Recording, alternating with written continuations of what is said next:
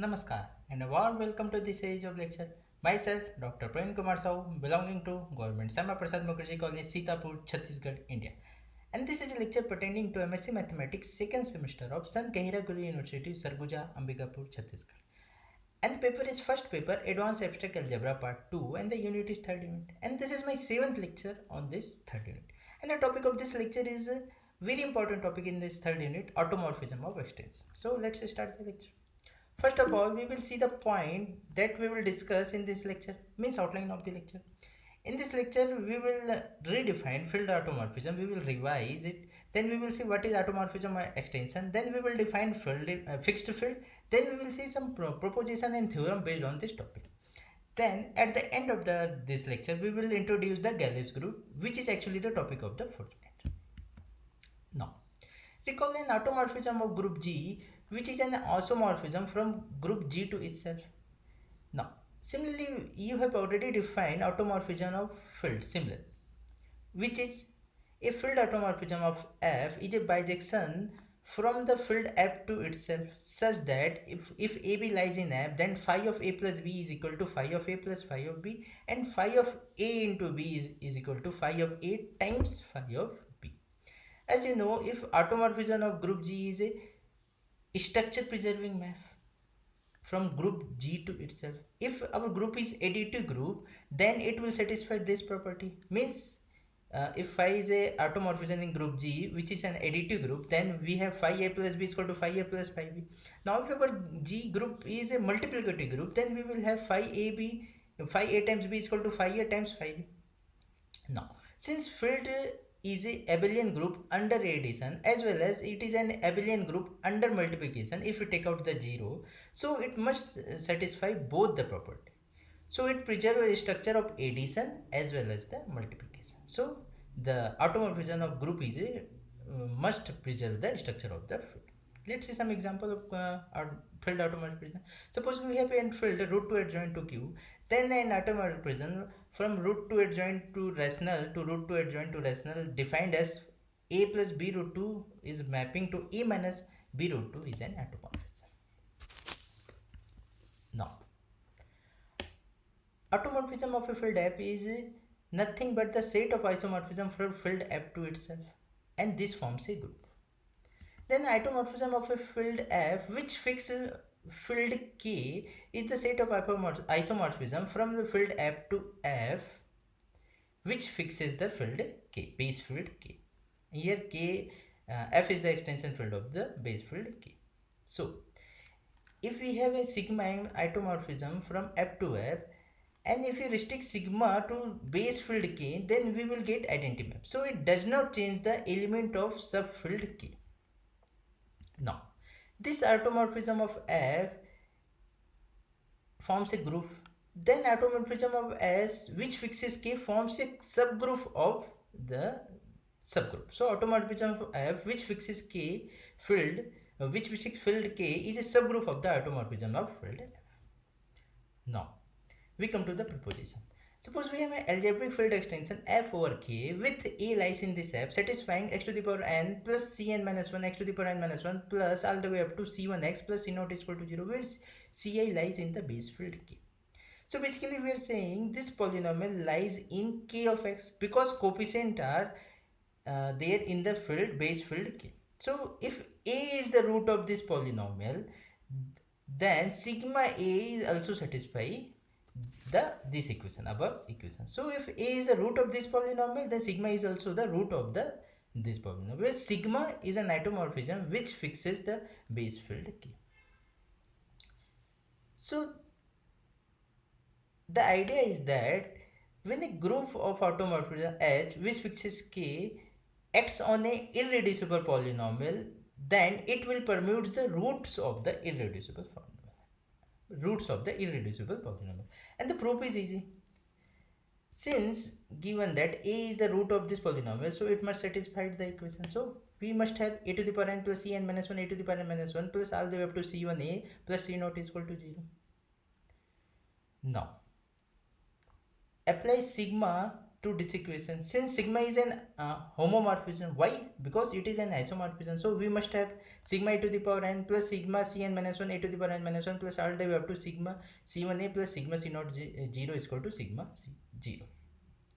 Now sigma 0 is equal to 0 and it fixes all ci because ci lies in the k and sigma fixes the base field k. So, and sigma, since sigma is a homomorphism, from the multiplicative property of homomorphism, this sigma goes inside. So, sigma fixes ci and it goes inside. So, what we have? We have sigma a whole power n plus cn minus 1 times sigma a to the power n minus 1 plus all the way up to c1 times sigma a plus c naught is equal to 0. So, therefore, we can see sigma is now the root of the given equation because if we plug in sigma a, we get this equation. So idea is, if a is the root of the polynomial which lies in k of x, then sigma is also the root of that polynomial because sigma, which fixes the coefficient, permutes the root of the irreducible polynomial. So we have group from f of k to automorphism of f of k, means we have gone from here to here. So we have some field extension and corresponding to this field extension we can construct this group. We have this field extension f over k, then we can construct this group automorphism of f over k, and this group when in x on polynomial will just permute the roots of the irreducible polynomial. Now let's see some example of this automorphism. So as we know, as we have already seen, C over R, complex number over real number, is an extension field. So this is a cyclic group of automorphism, means this is isomorphic to cyclic group of order 2, and this is easy to see since as C over A looks like A plus IB, where A and B are real number. Now if we apply sigma to it, it fixes A and B because A and B are the element of the base field which is real number here. So A and B are fixes.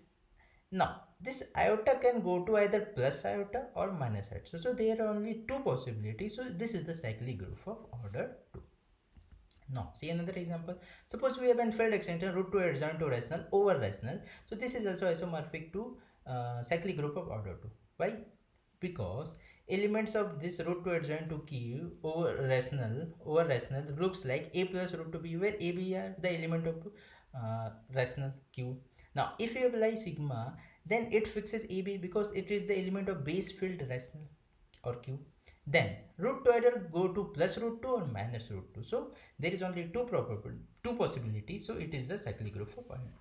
So again notice this, roots are getting permutes. It's permuting the roots of the irreducible polynomial. We can say this irreducible polynomial here is x square minus 2 is equal to 0. We have already seen this.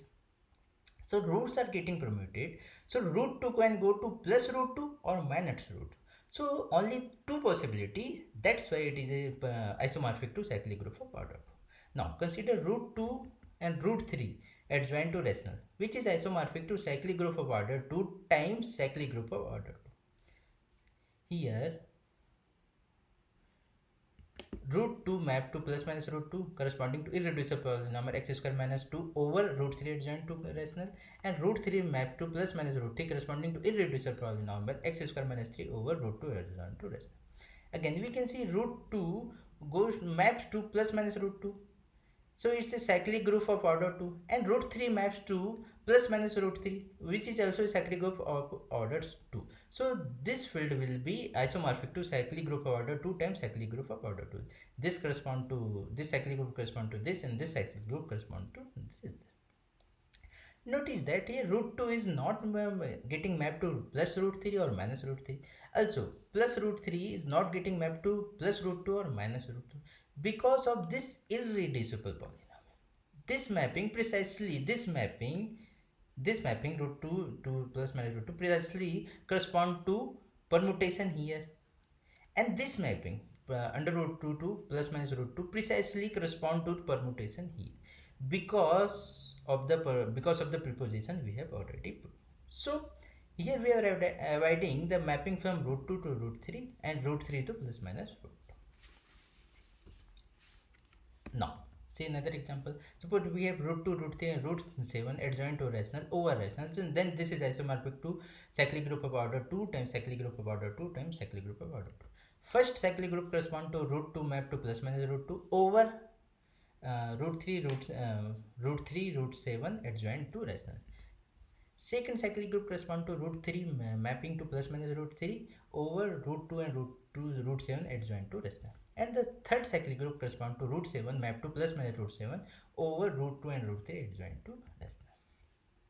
Now, say G is a subgroup of this automorphism of field F.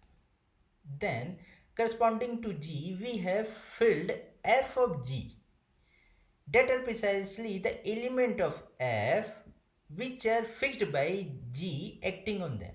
So if we have some element of F, it gets fixed when we apply sigma. Means sigma belongs to G, and when we apply the element this sigma over the element of A of F, then sigma is equal to F. Then we will get the field which is called the fixed field F of G. Now, to check that it is a field, it is a very easy. Suppose var phi is an element of G and AB are the fixed by this var phi. So obviously by definition we have var phi of A is equal to A and var phi of B is equal to B. Now, from the property of homomorphism, what we have, if var phi A plus minus B is equal to var phi A plus minus var phi B. Now, using this we have A plus minus B. Now var phi A times B will be var phi A times var phi B, again by the property of homomorphism. Then by applying this we have A times B.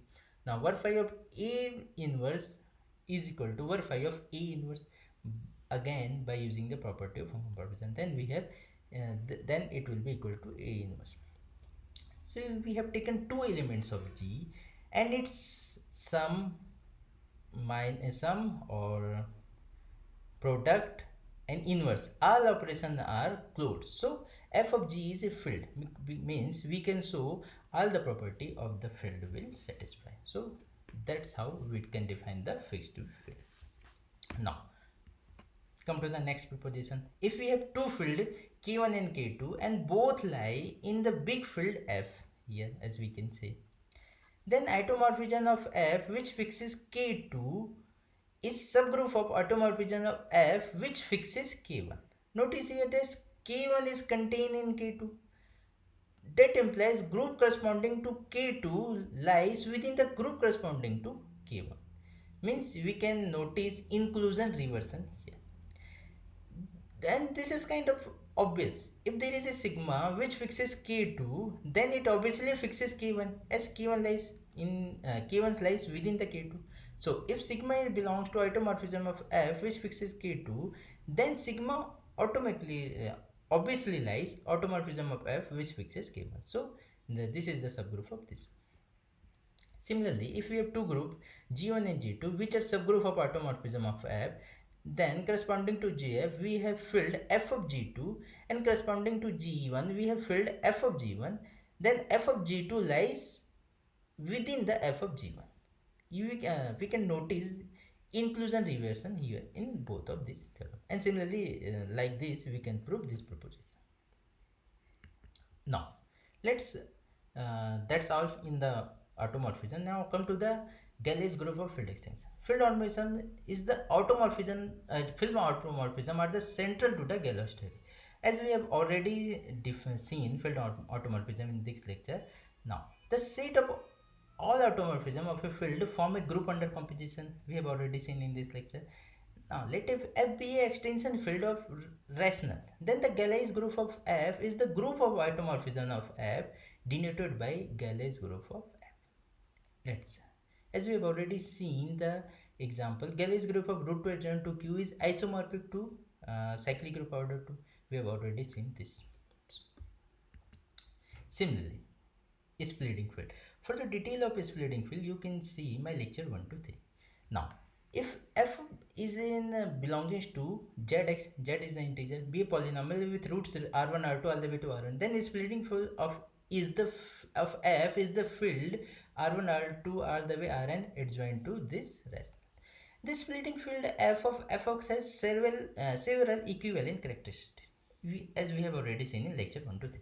Means what is that the F is the splitting field. Is F is the smallest field that contains all the root of fx, and it is the smallest field in which fx is split into linear field. This is the property of the splitting field. So fx can be written as x minus r1, x minus r2, all the way x minus r. Now we have seen Galley's group of field extension f over q is the group of automorphism of f denoted by Galley's group of field f. Then the Galley's group of polynomial fx is the Galley's group of its splitting field denoted by Galley's group of f of x. Now come to the normal extension. For the detail of that you can see my lecture 4. An extension field f of k is normal if it is the splitting field of some polynomial f, as we have already seen in lecture 4. Now, if f is a normal extension over k, then every reducible polynomial k of x that has a root in f splits over k. Thus, if you can find an irreducible polynomial that has not all its root in f, then f is not a normal extension. F must have all the roots to become a normal extension of polynomial over the base field k. Now, the degree of this normal extension is the order of the Galois group. So, how can we can define the order of the Galois group as the degree of the normal extension? Now, there is a corollary which says that the order of Galois group of a polynomial fx is the degree of the extension of the splitting field over rational. So, in this lecture, we have seen the automorphism of extension, and we have given the introduction to Galois group, which is basically the topic of the fourth unit. So that's all in this lecture as well as in this third.